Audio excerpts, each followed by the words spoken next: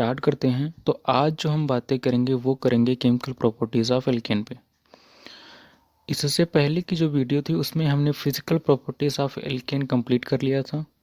बहुत ही अच्छे तरीके से हमने बातें कर ली थी फिजिकल प्रॉपर्टीज़ ऑफ एल्केन्स पे, यानी हमने बात की थी सॉल्युबिलिटी पे, बॉइलिंग पॉइंट पे और मेल्टिंग पॉइंट पे।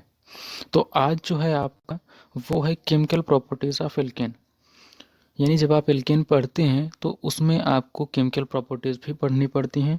तो आज जो हम पढ़ेंगे वो पढ़ेंगे केमिकल प्रॉपर्टीज़ ऑफ एल्केन के बारे में। ये बहुत ही इम्पॉर्टेंट है क्योंकि आपको पता होना चाहिए कि जब एल्केन का हाइलोजिनेशंस कराया जाता है या सल्फोनेशंस कराया जाता है, ब्रोमिनेशंस कराया जाता है, नाइट्रेशंस कराया जाता है, तो हमें क्या प्राप्त होता है, यानी तब हमें प्रोडक्ट के रूप में क्या प्राप्त होता है, ये जानना बहुत ही ज़रूरी है। तो आज हम बात करेंगे केमिकल प्रॉपर्टीज़ पे। देखिए केमिकल प्रॉपर्टीज़ कुछ है नहीं, बहुत ही सिंपल सा टॉपिक है।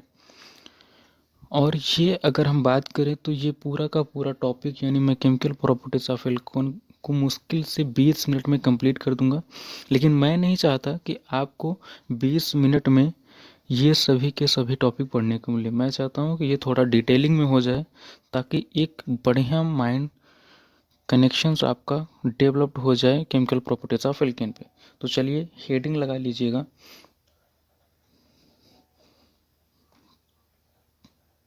केमिकल प्रॉपर्टीज़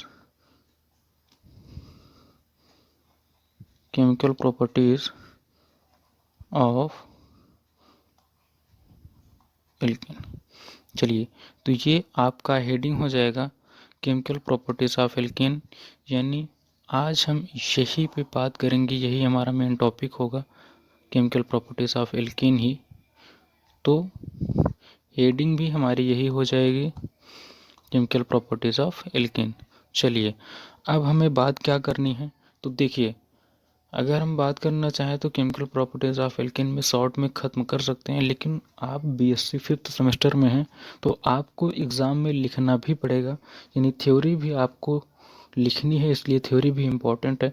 तो लिखिएगा इसमें, chemical properties of alkane are describe as under.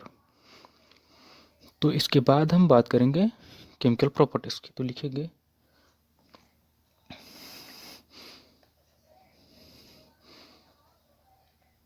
Chemical properties of alkanes are describe, क्या लिखेंगे डिस्क्राइब एज अंडर, यानी हम केमिकल प्रॉपर्टीज़ को कुछ इस प्रकार से परिभाषित करते हैं। तो पहला जो होगा केमिकल प्रॉपर्टीज़ में आपका वो हो जाएगा हाइलोजिनेशंस। डरिएगा मत, हाइलोजिनेशंस कोई बहुत बड़ा तोप नहीं है, ये एक नॉर्मल टर्म है, हाइलोजिनेशन। चलिए हाइलोजिनेशंस क्या है, तो आपने बहुत पहले भी ये सब पढ़ रखा होगा, क्लास 12th में भी आपने ये सब पढ़ा होगा हाइलोजिनेशंस। तो देखिए हाइलोजिनेशंस बेसिकली क्या है, तो जब भी हम एल्केन की अभिक्रिया हाइलोजन एटम से कराएंगे। अब हाइलोजन एटम्स आपके कौन कौन से हैं, तो हाइलोजन एटम्स हैं आपके फ्लोरीन, क्लोरीन, ब्रोमीन, आयोडीन, ये सब क्या हैं आपके, तो ये सब हैं आपके हाइलोजन एटम, यानी जो 17 ग्रुप के एलिमेंट्स हैं वो हैं आपके हाइलोजन एटम। अब बात करें अगर हम हाइलोजन एटम की, चलिए हम क्या करेंगे, हम इसमें थोड़ा सा लिखेंगे। क्या लिखेंगे, तो हम लिखेंगे displacement of hydrogen atom by halogen atom is called as halogenation. यानी इसमें होता क्या है कि जो आपका एल्केन है उसमें से एक हाइड्रोजन एटम जो है वो क्या कर दिया जाता है, तो उसका डिस्प्लेसमेंट कर दिया जाता है, यानी उसको हटा दिया जाता है और उसके स्थान पे क्या आ जाता है, तो उसके स्थान पे हमारा हाइड्रोजन आता है। बेसिकली अगर हम कहें तो हाइड्रोजन एटम के ही द्वारा जो हमारा हाइड्रोजन एटम होता है एल्केन मॉलिक्यूल का, वो रिमूव कर दिया जाता है, जिस वजह से हमारे एल्केन का क्या हो जाता है, हाइड्रोजनेशन हो जाता है। हम क्या लिखेंगे, हम लिखेंगे डिस्प्लेसमेंट ऑफ हाइड्रोजन एटम। क्या लिखेंगे, हम लिखेंगे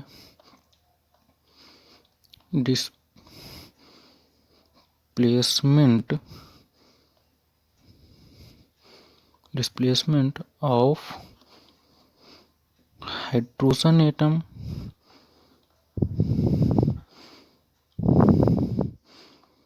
displacement of hydrogen atom by halogen atom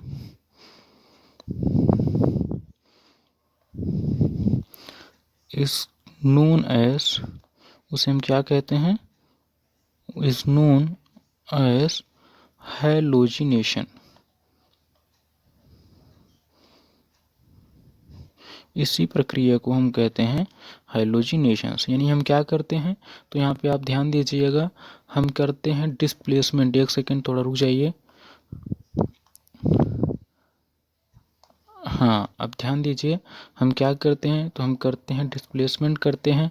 किनका करते हैं, तो हाइड्रोजन एटम का करते हैं। और किसके द्वारा करते हैं, तो हम करते हैं वो हाइड्रोजन एटम के द्वारा करते हैं। और इसी पूरी प्रक्रिया को हम क्या कहते हैं, तो इसी पूरी प्रक्रिया को हम कहते हैं हाइड्रोजनेशन। चलिए, अगर आप शॉर्ट टर्म में लिखना चाहें तो आप क्या लिखेंगे, आप लिख लीजिएगा, आप क्या लिखेंगे, तो आप लिख लीजिएगा कि रिमूवल ऑफ हाइड्रोजन। क्या करेंगे, हम रिमूव कर लेंगे हाइड्रोजन एटम को। क्या लिखेंगे, हम लिखेंगे रिमूवल ऑफ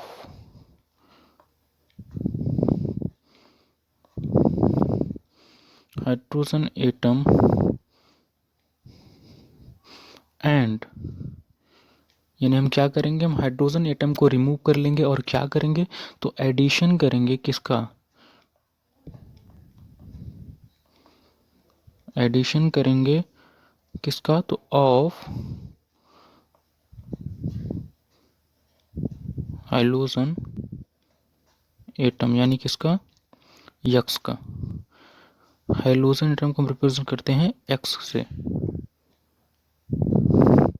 चलिए, in the presence of sunlight. अब याद रखिएगा कि ये जो पूरी प्रक्रिया है वो किसकी प्रेजेंस में होगी, तो वो सनलाइट की प्रेजेंस में होगी।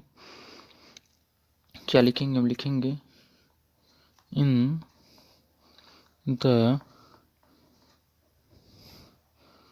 Presence of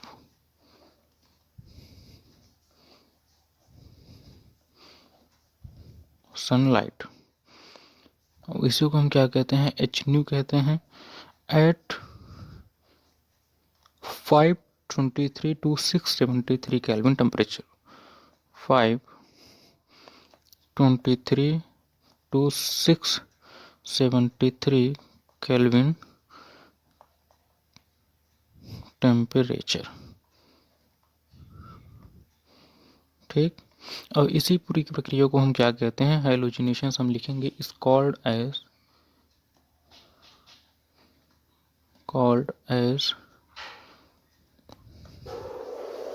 hydrogenation.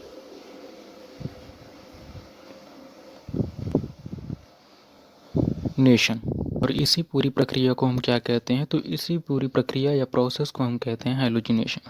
अब रिएक्शन किस प्रकार से होता है, तो देखिएगा, पहले क्या लेंगे, हम लेंगे एल्केन CH4 प्लस क्या लेंगे, हम लेंगे Cl2, और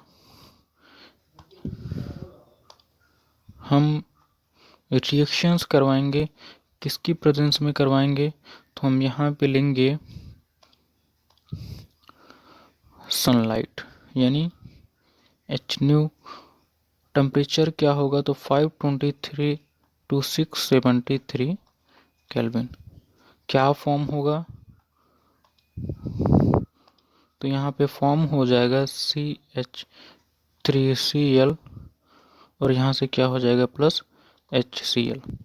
एक हाइड्रोजन यहाँ से रिमूव होगा, तो वो हो जाएगा H+ के फॉर्म में, यहाँ से Cl2 ब्रेक होगा तो ये एक Cl से और एक हाइड्रोजन CH4 से मिल करके कंबाइन होकर के HCl का फॉर्मेशन कर लेंगे और जो आपका मेन प्रोडक्ट हो जाएगा वो हो जाएगा CH3Cl।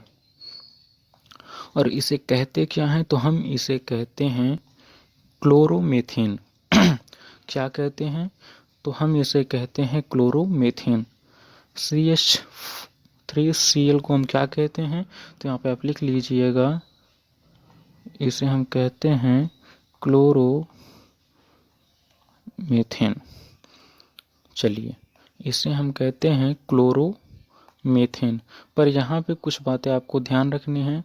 क्या है वो, तो पहली बात ये है, आप हमेशा याद रखिएगा कि जो क्लोरीनेशंस होता है आपका एल्केन्स का, वो यहाँ पे स्टॉप नहीं होता है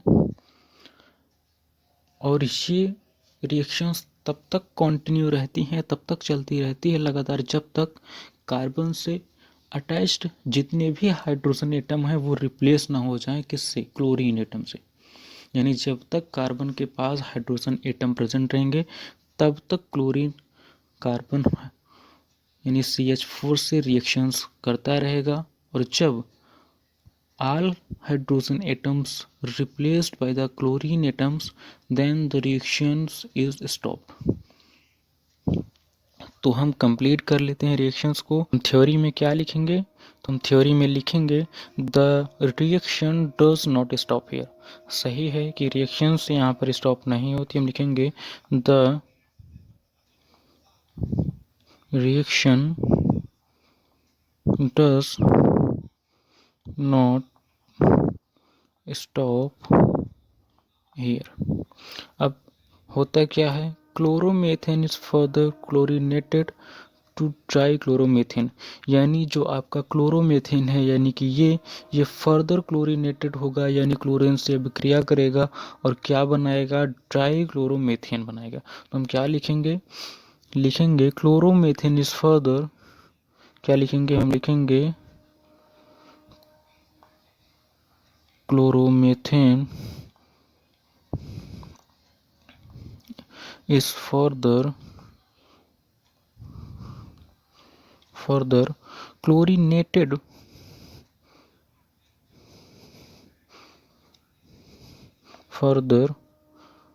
क्या लिखेंगे, फर्दर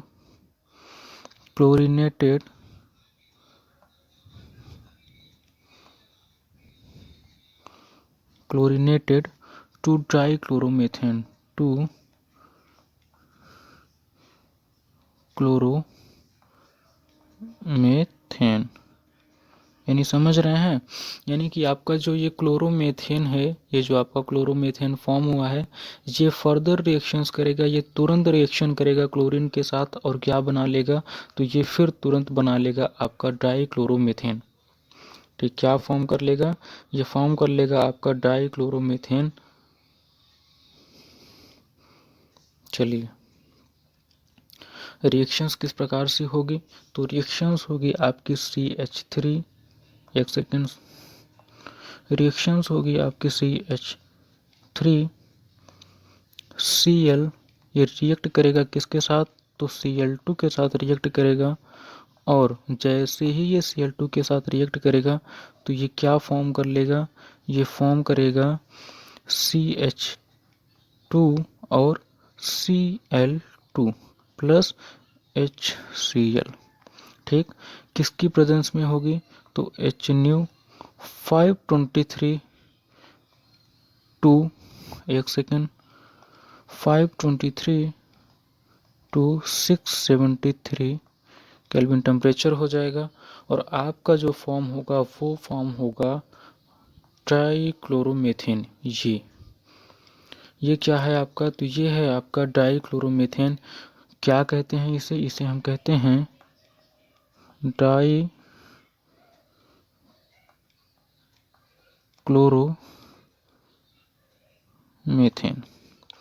इसे डाईक्लोरोमेथेन क्यों कहते हैं, क्योंकि यहाँ पे आपके पास दो क्लोरीन एटम अटैच्ड हैं मीथेन ग्रुप के साथ, इसीलिए इसे हम कहते हैं डाइक्लोरोमीथेन। ठीक, दो क्लोरीन की वजह से इसे कहते हैं डाई, क्लोरीन है तो क्लोरो, और CH2 मीथेन, डाइक्लोरोमीथेन। चलिए, अब ध्यान दीजिएगा, ये रिएक्शंस यहाँ भी स्टॉप नहीं होती है। ये क्या करेगी, ये फर्दर रिएक्शंस करेगी, यानी फर्दर क्लोरीनेट होगी और क्या फॉर्म कर लेगी, ट्राई क्लोरो मीथेन का फॉर्मेशंस कर लेगी। यानी हम लिखेंगे, अगले स्टेप में हम लिखेंगे, क्या लिखेंगे,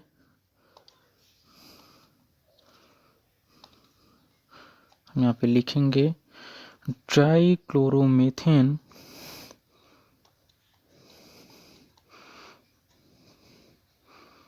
dichloromethane is chlorinated to trichloromethane, is chlorinated to trichloromethane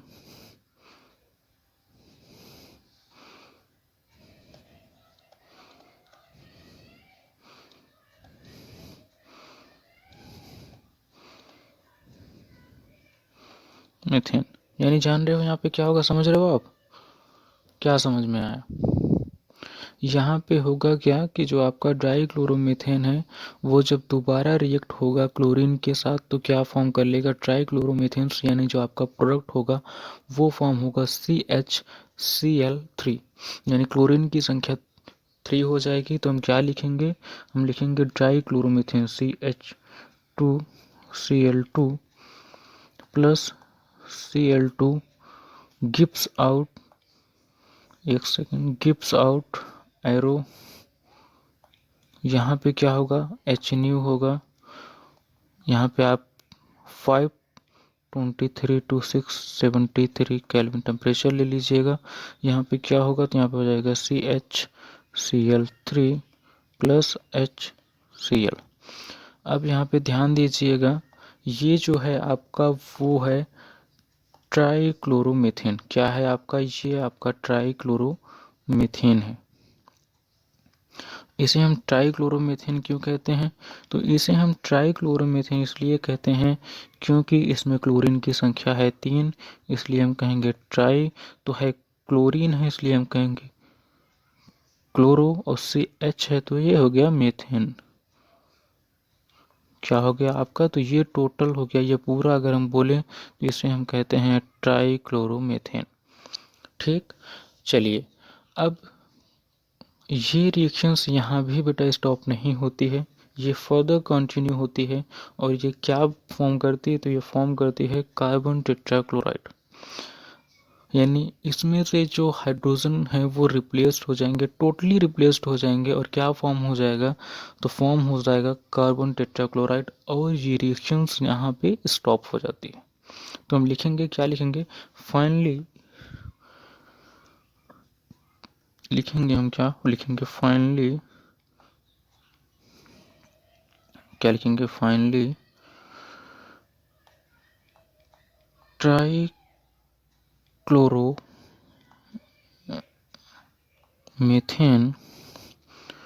chlorinated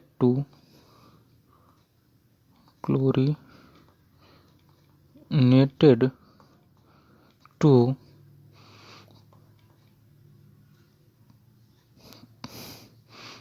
tetrachloromethane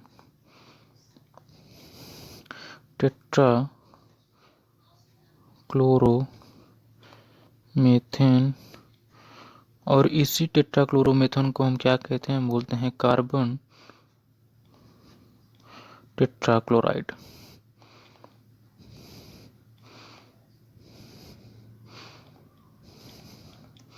चलिए, रिएक्शंस क्या हो जाएंगी, तो रिएक्शंस हो जाएगी, पहले हम लिखेंगे CHCl3, क्या होगा, ये होगा ट्राइक्लोरोमीथेन कहते हैं इसे।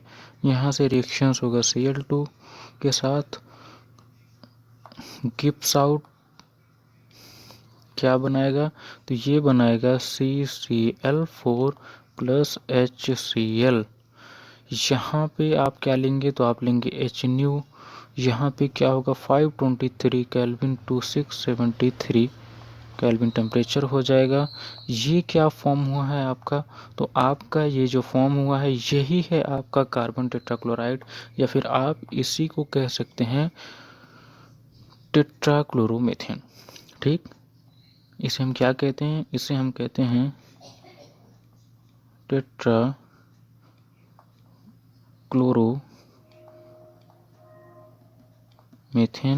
और क्या कहते हैं, तो और इसी को हम कहते हैं कार्बन टेट्राक्लोराइड।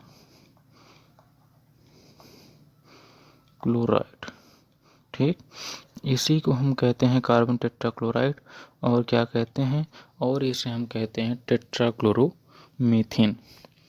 ठीक, क्लोरीनेशंस जो है वो कंप्लीट हो गया।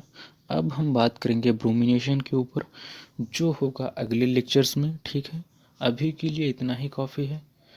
अब जो हम बातें करेंगे वो ब्रोमिनेशंस होगा, फ्लोरिनेशंस होगा, आयोडोनेशंस होगा, टाइट्रेशंस होगा, सल्फोनेशंस होगा, और हम इनके कुछ मैकेनिज्म भी देखेंगे ताकि आपको ये पूरी तरीके से अच्छे से क्लियर हो जाए।